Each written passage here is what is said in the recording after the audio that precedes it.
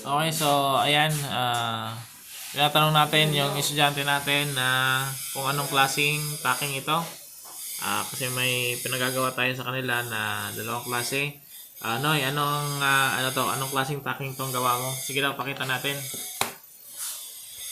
Pakita po natin, yan. So yan hindi siya na feather grind.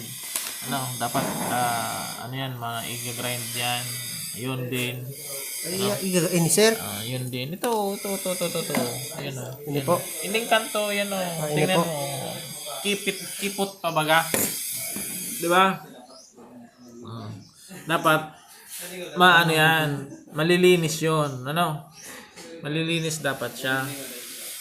Kasi dapat pagka dumaan na yung yung hinang mo diyan, hindi siya magkakaroon ng incomplete penetration.